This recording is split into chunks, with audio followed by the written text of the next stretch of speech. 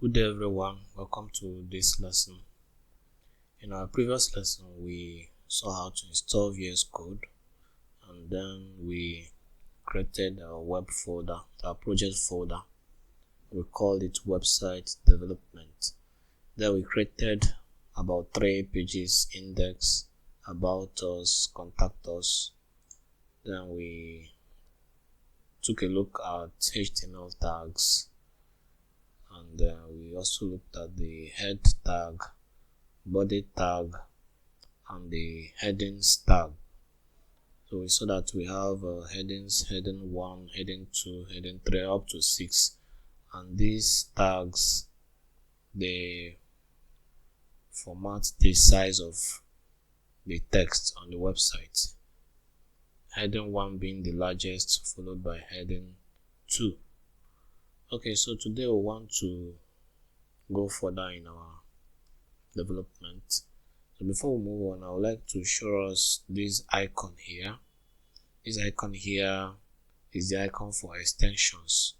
So these extensions are applications that can assist you in your web development experience using VS Code. So there's one extension I would like you to install. For instance, when I come over here, I will see something that says go live. Click to run live server, and when I click on it, it will open my project or my page in the browser. So that's an extension that does that, so that I will not need to be going to open the folder whenever I need to run my project. So when you click on this extension, you can see this live server. On the search box here, search extension, just search for live server. Make sure you're connected to the internet, so it will come up live server. Alright, so I've already installed it, but if you've not installed it, it will ask you to install. So when you install it, when you come over to this place, you'll be able to see a text that tells you to go live. So we're going to be making use of it to preview our work. Alright, so the next tag we want to look at today is the paragraph tag. So let's look at the paragraph tag. The paragraph tag helps us to create paragraphs within our web pages. So you just type P.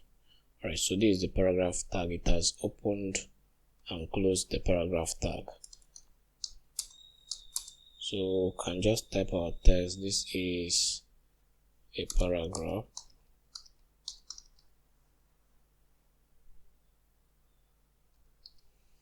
Alright,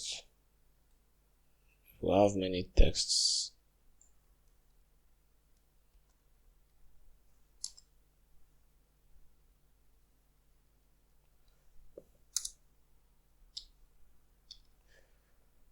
So when we want to have a paragraph, we'll create another one. This is a paragraph 2.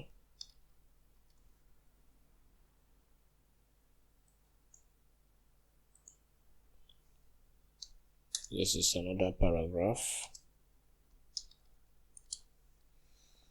Alright, so when we preview our work,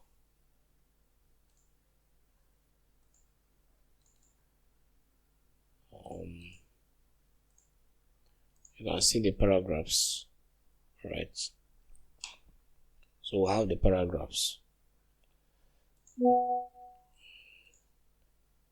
The next thing I would like us to see is how to, after the paragraph, we can also use the break tag. There's a break tag, in HTML. When you're coding, if you're typing, even if you give spaces or go to the next line on your code editor, it will not go to the next line on the browser, because the browser will not know that you went to the next line. For instance, if I say this is a paragraph, and I go here, say this is another paragraph, Here, this is another paragraph. The browser will not recognize that I'm going to another paragraph. Let me delete this one. So when I click here,